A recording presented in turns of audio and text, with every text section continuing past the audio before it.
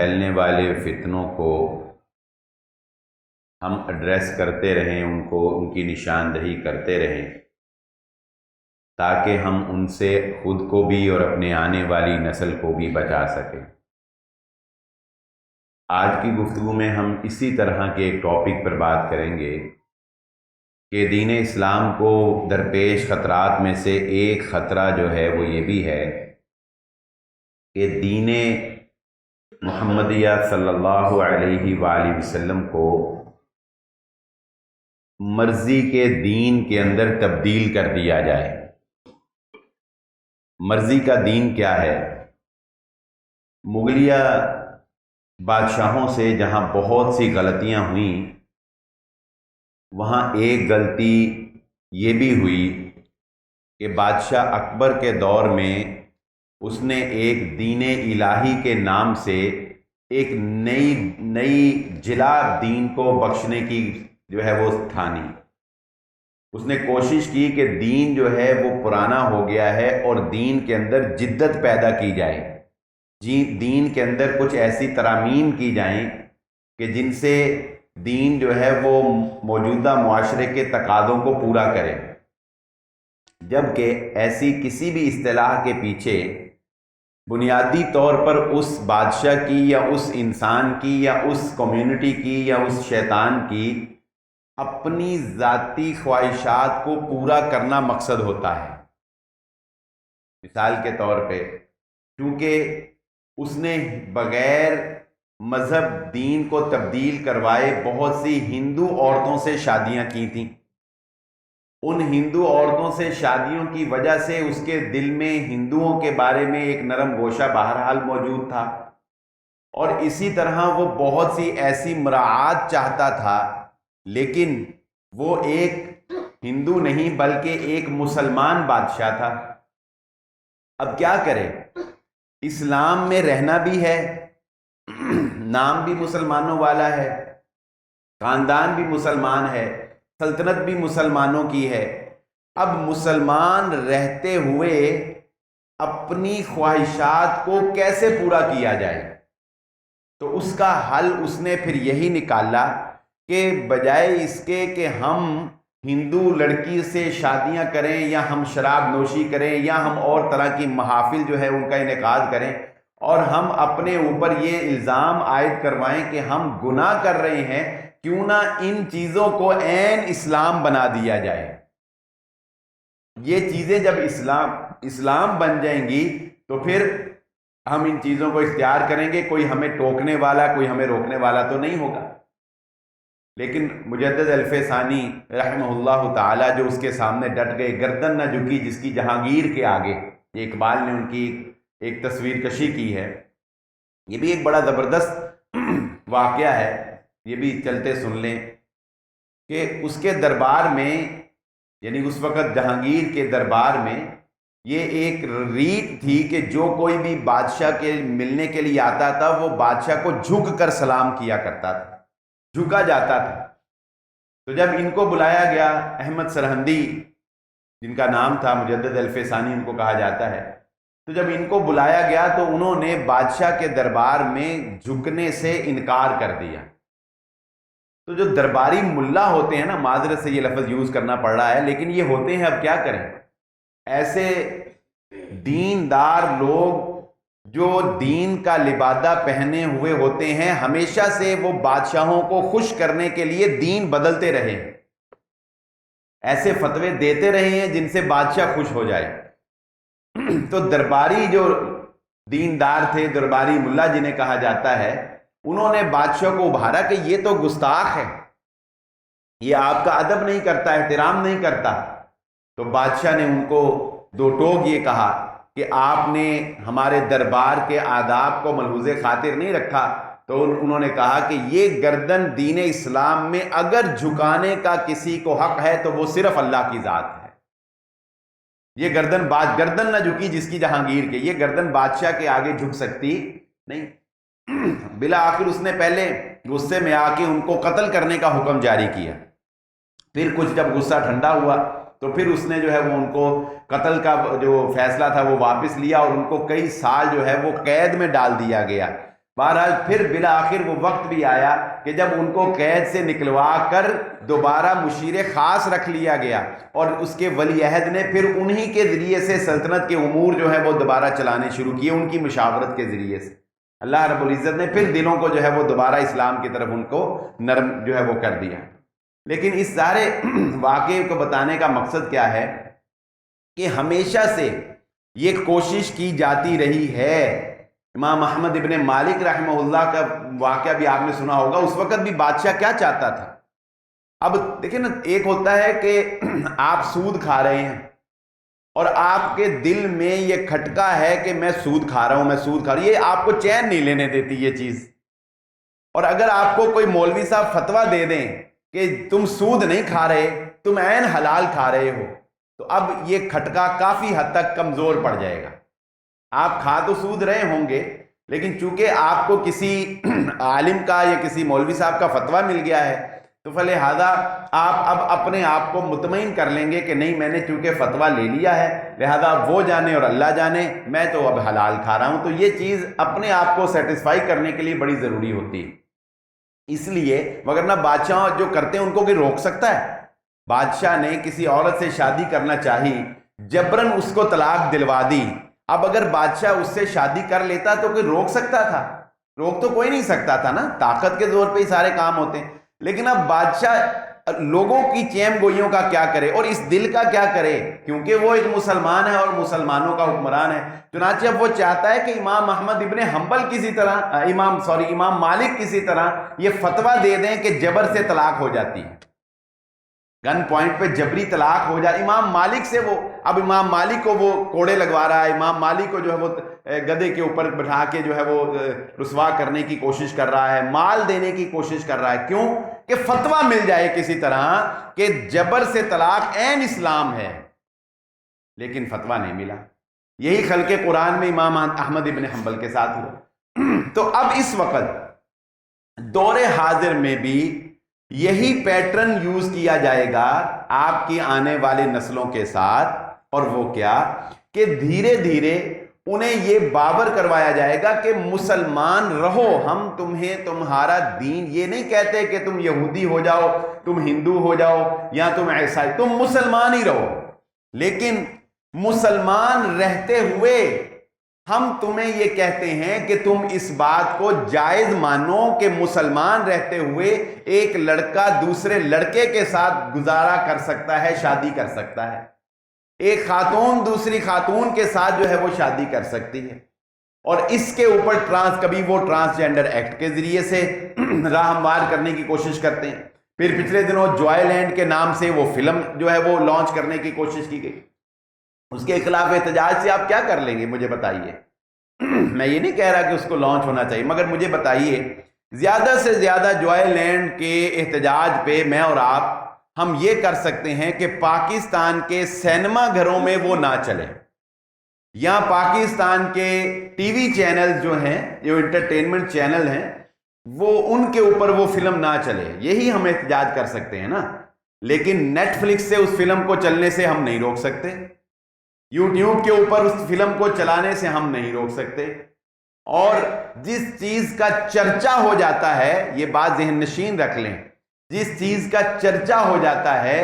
وہ چیز انسان کے اندر تجسس پیدا کر دیتی ہے، پھر بہت سے وہ لوگ بھی اس کو دیکھتے ہیں جنہوں نے نہیں دیکھنا ہوتا،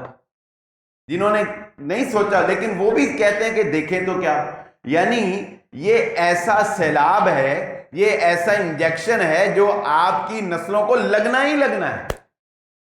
یہ نہ سوچیں کہ آپ کا بچہ اب جو ہے آپ اس کو چار دیواری کے اندر قید کر لیں گے، نہیں، اس نے وہ دیکھ لینی ہے کسی نہ کسی طرح۔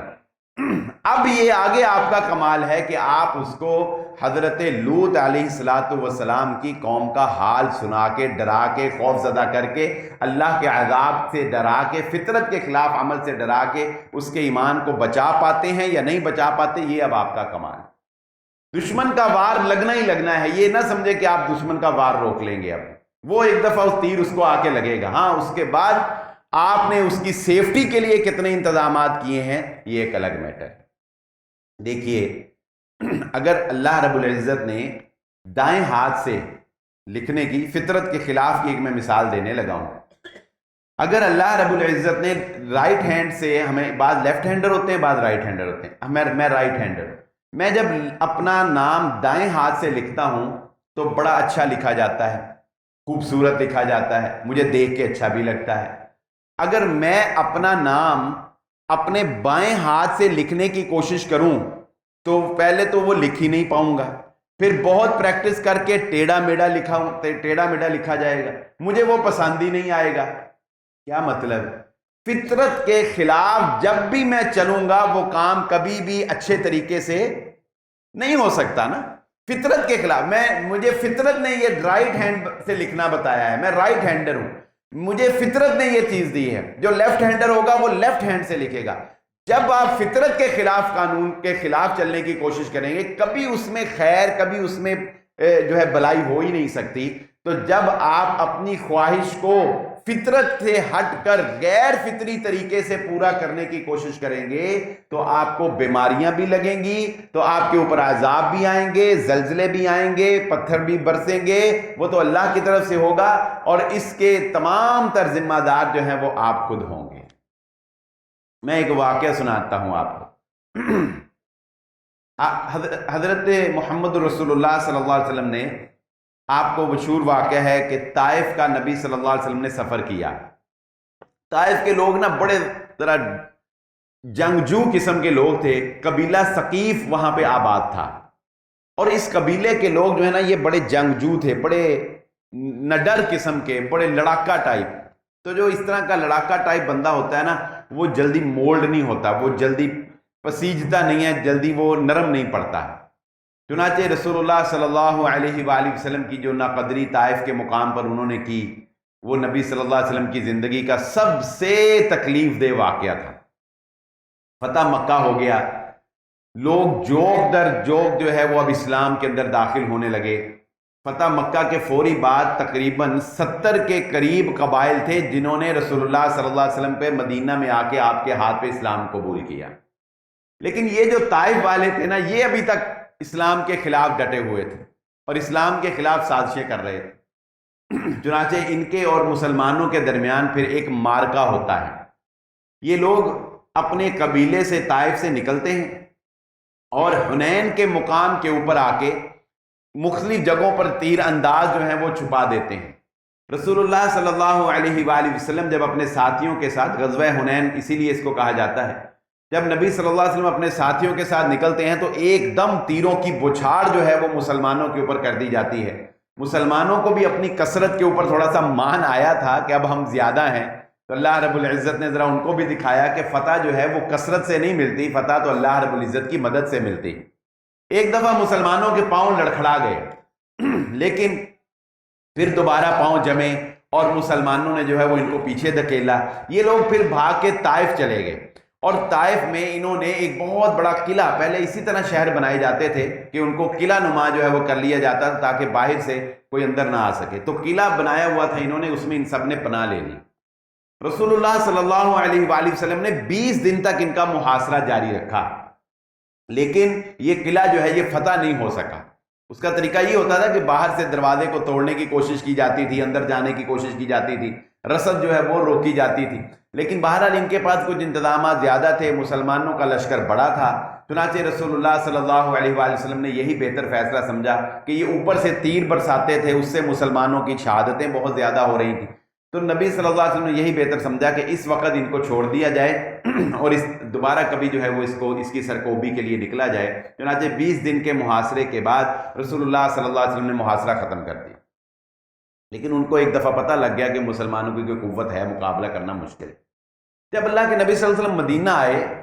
مسلمانوں کا کافی نقصان ہو چکا تھا، تو صحابہ نے کہا اللہ کے نبی صلی اللہ علیہ وسلم بنو ثقیف کے لیے بد دعا کریں، اتنا نقصان انہوں نے ہمیں پہنچایا ہے، ان کے لیے بد دعا کریں۔ اب یہاں سے بھی آپ ذرا اندازہ لگائیے کہ اللہ کے نبی صلی اللہ علیہ وآلہ وسلم کی شفقت، آپ کی محبت اور دین کے اوپر نرم دلی وہ اس درجے کی تھی کہ وہ قبیلہ جس نے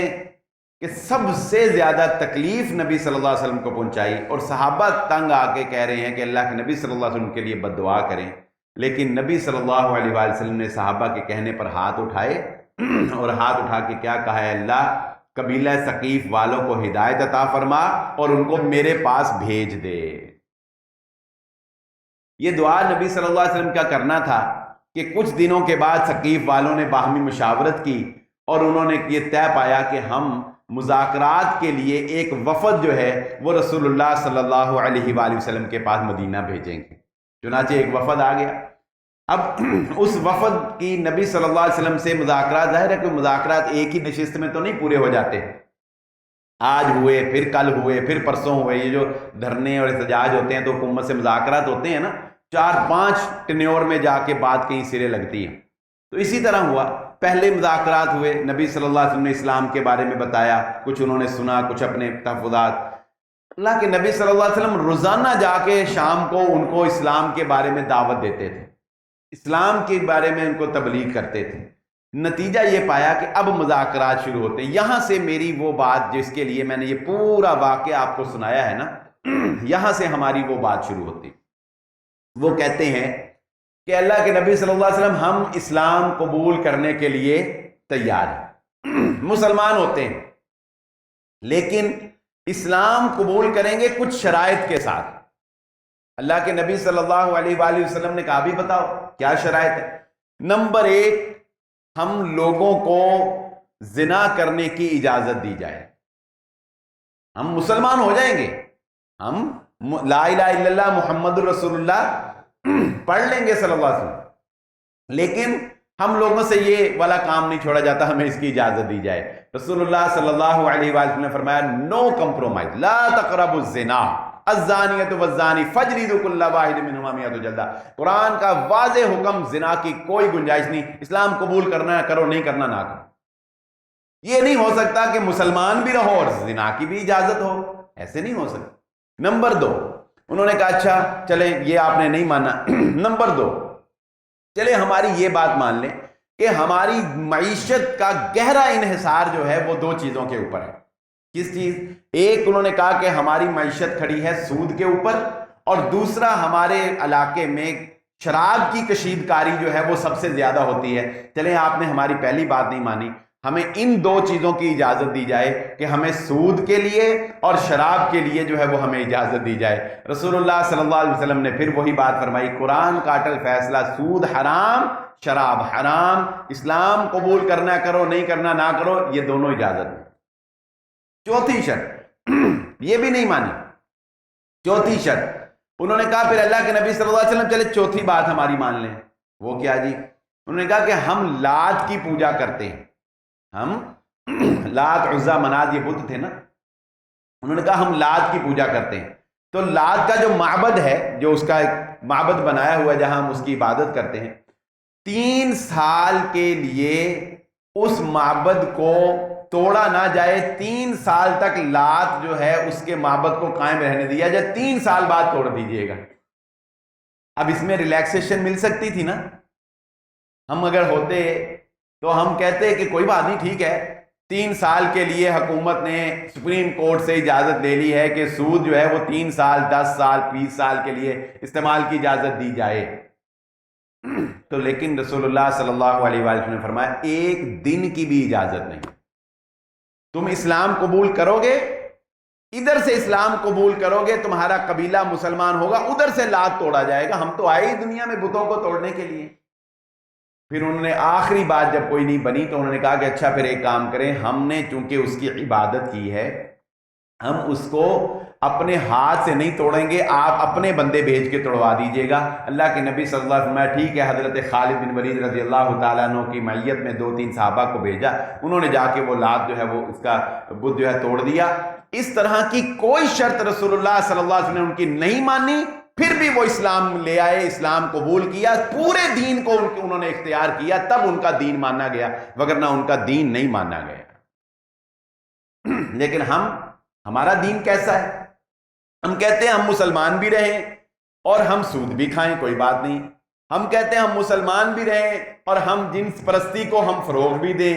کوئی بات نہیں۔ ہم کہتے ہیں کہ ہم مسلمان بھی رہیں اور ہم نمازیں بھی نہ پڑھیں، جبکہ رسول اللہ صلی اللہ علیہ وآلہ وسلم نے کافر اور مسلمان کے درمیان فرق کرنے والی چیز جس کو قرار دیا ہے وہ نماز ہے۔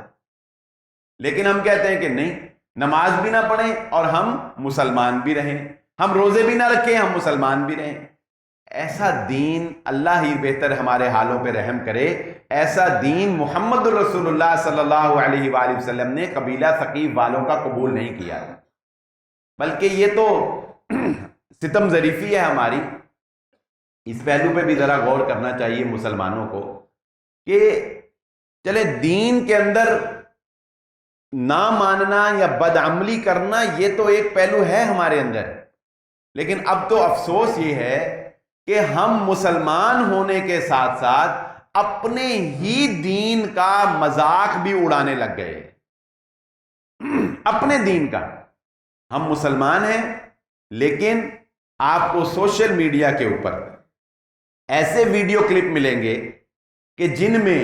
نماز پڑھتے ہوئے لوگوں کا مذاق بنایا جا رہا ہے، نماز ایسے انداز میں پڑھی جا رہی ہے کہ گویا کوئی اس کے اوپر سے گزر گیا، کوئی پیچھے سے جوتا مار کے بھاگ گیا، کوئی پیچھے سے جوتا اٹھا کے بھاگ گیا، کوئی ڈانس کرتا ہوا نماز پڑھ رہا ہے۔ پھر دین کے مذاق میں جنت کو اور جہنم کو اور حوروں کو شامل کر کے دین کا مذاق بنا کے ٹک ٹاک یوٹیوب کے اوپر ویڈیوز بنانا، قبر کے فرشتوں کے بارے میں عجیب و غریب سوالات اور عجیب و غریب بےہودگی جو ہے وہ لوگوں تک پہنچانا، یہ ہمارے مسلم معاشرے کے اندر ہو رہا ہے کہ ایک تو ہم دین پر عمل نہیں کرتے، اوپر سے ہم خود دین کا مذاق بنانے والے ہیں، اور کہنے کو یہ ہے کہ ہم بڑے پکے مسلمان ہیں۔ رسول اللہ صلی اللہ علیہ وآلہ وسلم نے دین اسلام قبول ضرور کیا ہے، مگر کسی غلط چیز کو رسول اللہ صلی اللہ علیہ وآلہ وسلم نے قبول نہیں کیا ہے۔ ایک اور واقعہ سناتا ہوں، یہ واقعہ بھی بڑا نصیحت آموز ہے۔ حضرت مغیرہ بن شعبہ رضی اللہ تعالیٰ عنہ، یہ بھی ایک جلیل القدر صحابی ہیں، یہ کس طرح ایمان لاتے ہیں، اور اس واقعے کے محل شاہد سے آپ کو پتہ چلے گا کہ رسول اللہ صلی اللہ علیہ وآلہ وسلم نے خیر کو قبول کیا ہے، مگر اس خیر کے ساتھ شر کو قبول نہیں کیا۔ یہی نہیں کہا کہ چلو تھوڑا سا فائدہ ہو رہا ہے یا بہت زیادہ فائدہ ہو رہا ہے، اس کے ساتھ تھوڑا سا نقصان بھی آنے دو، خیر ہے، مال بھی آ رہا ہے، خیر ہے، ایسا نہیں کیا جو ہم کرتے۔ حضرت مغیرہ بن شعبہ رضی اللہ تعالیٰ عنہ فرماتے ہیں کہ میں اسلام کے اتنا خلاف تھا کہ میں نے یہ سوچا تھا کہ میرے قبیلے والے مسلمان ہو بھی گئے نا تو میں نے نہیں اسلام ماننا۔ کہتے ہیں پھر اللہ کو کیا منظور ہوا کہ ہمارے علاقے کے لوگوں نے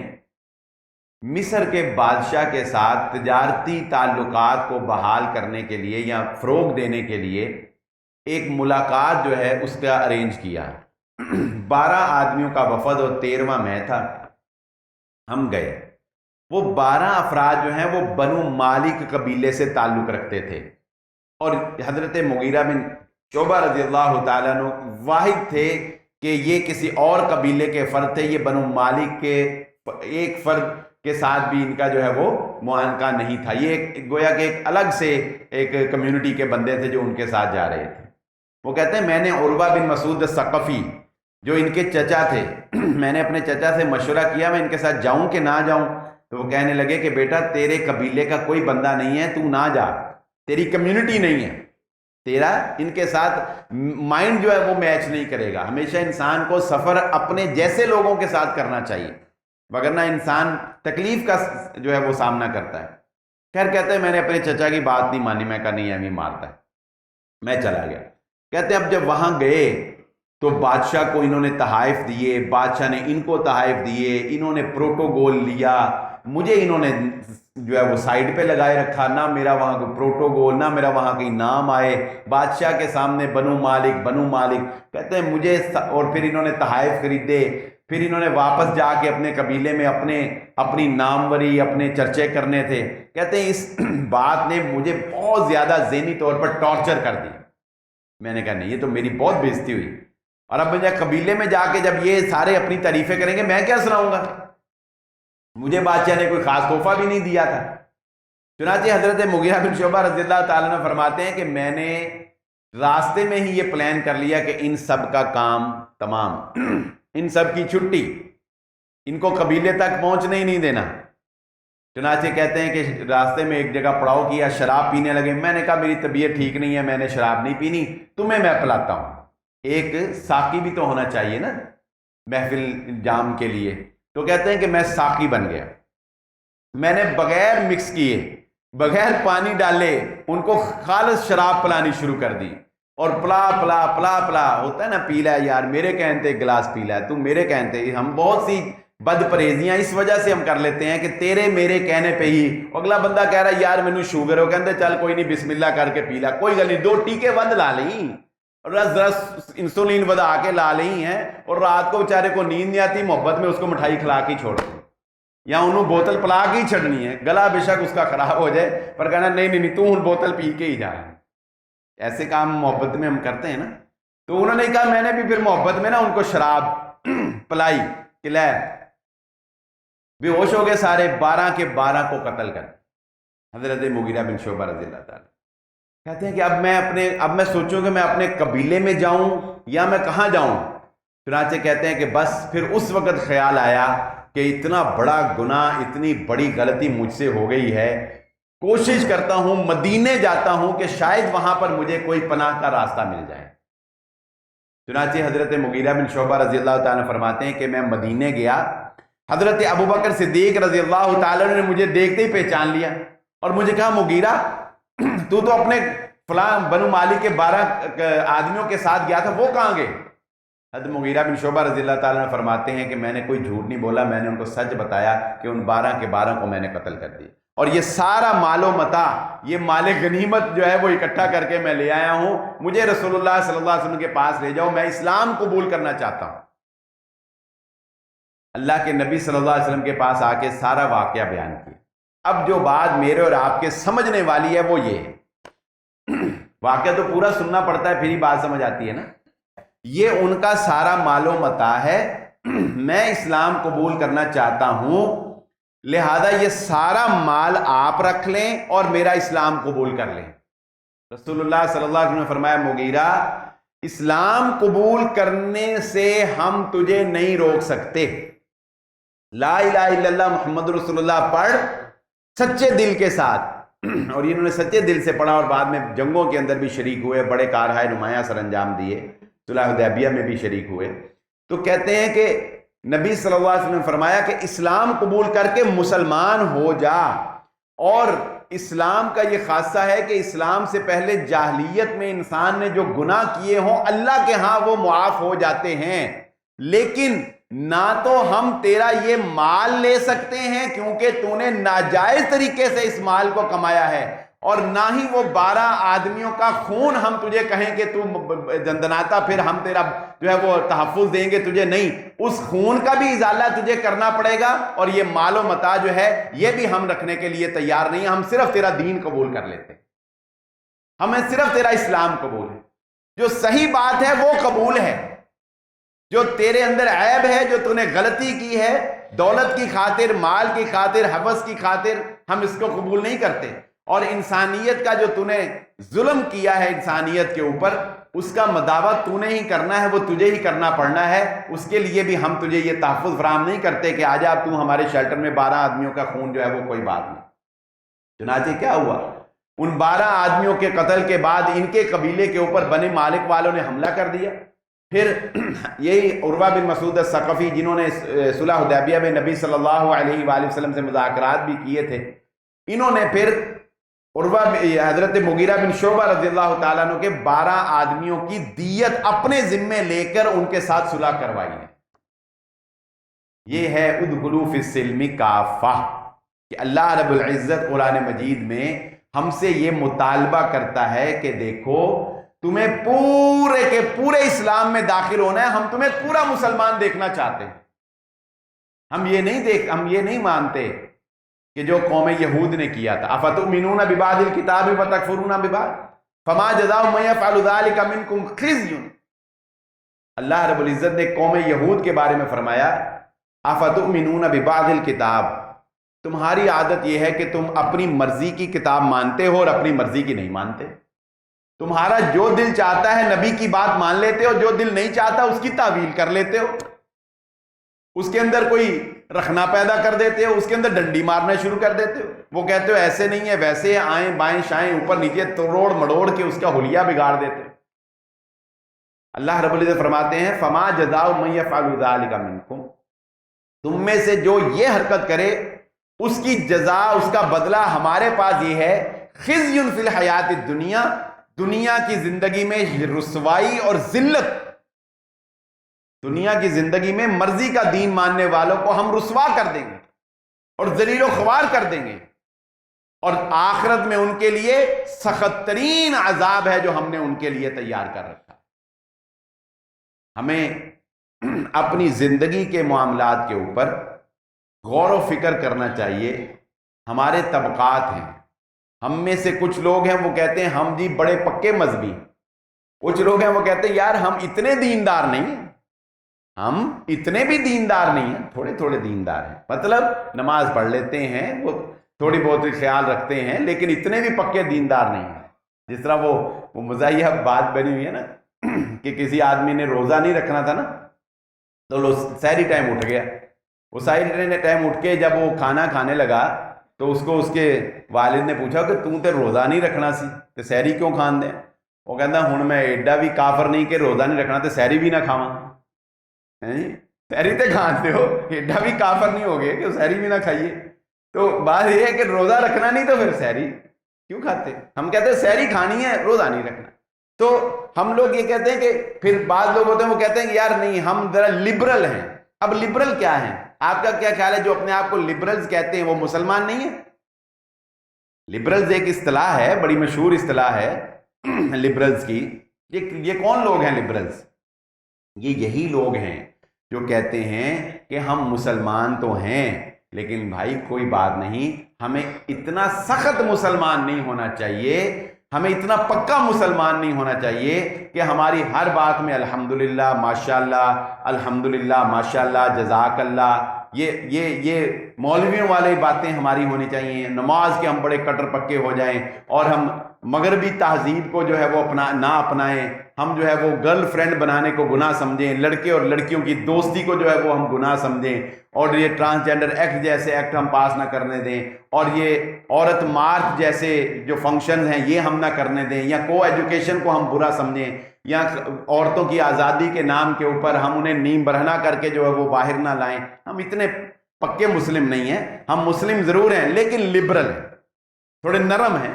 تھوڑے نرم مسلمان ہیں۔ اور نرم مسلمان کا مطلب اپنی مرضی کر لو، اپنی مرضی سے دین بنا لو۔